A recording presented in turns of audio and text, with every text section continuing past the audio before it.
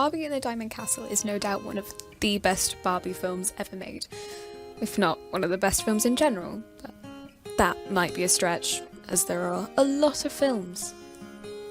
Just to mention, this video will include spoilers, as if the film wasn't predictable enough already, and, you know, isn't made for 6-year-olds. And everything said is just my opinion, so feel free to dispute this and let me know what you think. The film starts with a short montage of our main characters, Liana and Alexa, tending to their flowers on the most gorgeous animated garden you've ever seen. They find these magic gems from the Diamond Castle and decide to make necklaces out of them. This is important later, so remember that.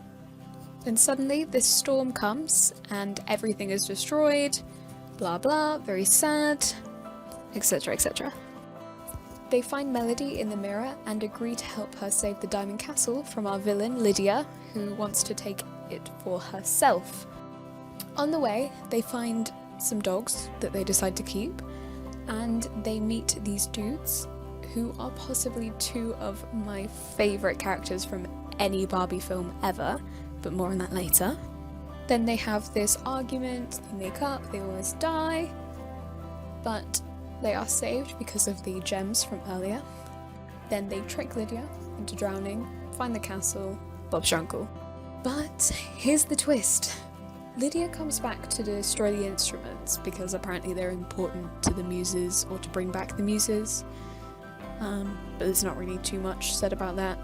But there's only 10 minutes left of the film, so that problem sorts itself out quite nicely. In the end, after this, the original muses are brought back. Our main characters are crowned princesses of music, like you do, casual Saturday.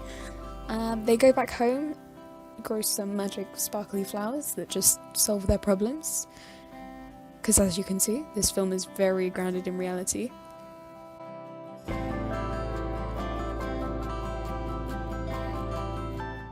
The only problem I have with this film are the dogs. The animation is cute, but they're so obnoxious, especially for side characters at best. It's just unnecessary. I imagine in 2008, I probably would have liked it. In fact, I think I had several toy dogs called Sparkles. But Miss 2020 here isn't happy.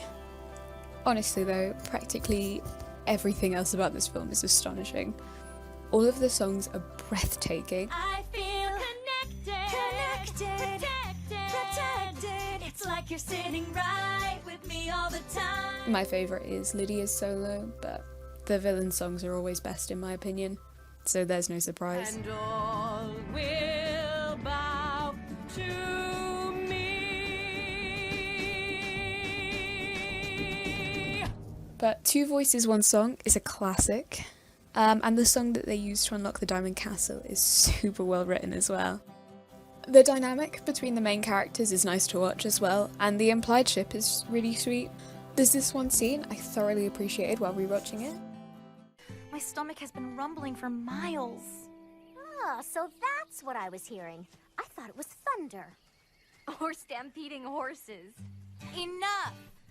Or jump roping elephants. Ugh. I thoroughly enjoy it now, but which I kind of didn't before.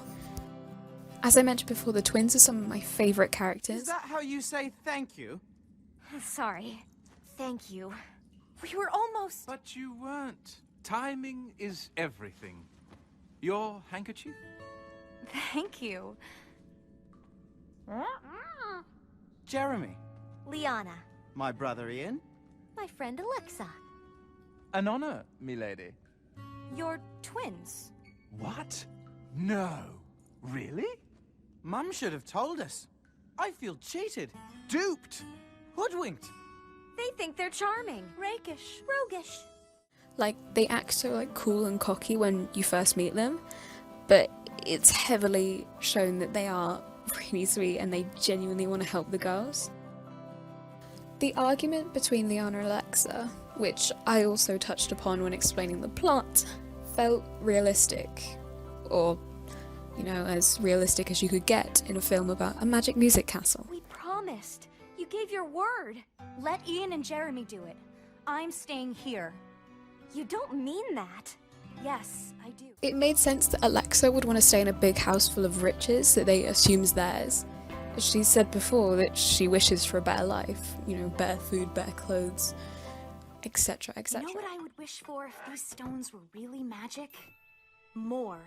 More food than we could possibly eat, more house than we could ever explore, more clothes than we could ever wear. Then we'd never have to worry about another thing ever again. Except how insufferable we'd be. Whereas Liana, whose whole shtick is that she's loyal and a leader, it makes sense that she'd want to go on as she's the one who first suggested to help Melody in the first place. Melody, what happens if Lydia destroys the Muse's instruments? She wins. She has it all. Our world will be nothing but shadows and sorrow. Kind of like our home. Exactly like our home. Lydia and Slider did that to us. They'll do that and worse to other people. Can we let that happen? You want me to say no, don't you? It's the three of us now, Melody. The happy ending also feels earned by the characters. Like there was a build up to it and it felt like they worked for it, and there was development of the characters within the story. Now this is possibly because there are no damn side plots like there are in some of the newer Barbie films, and not all the action is left for the last half an hour per princess. Barbie and the Diamond Castle is definitively one of the best Barbie films of all time. Thanks for coming to my TED Talk.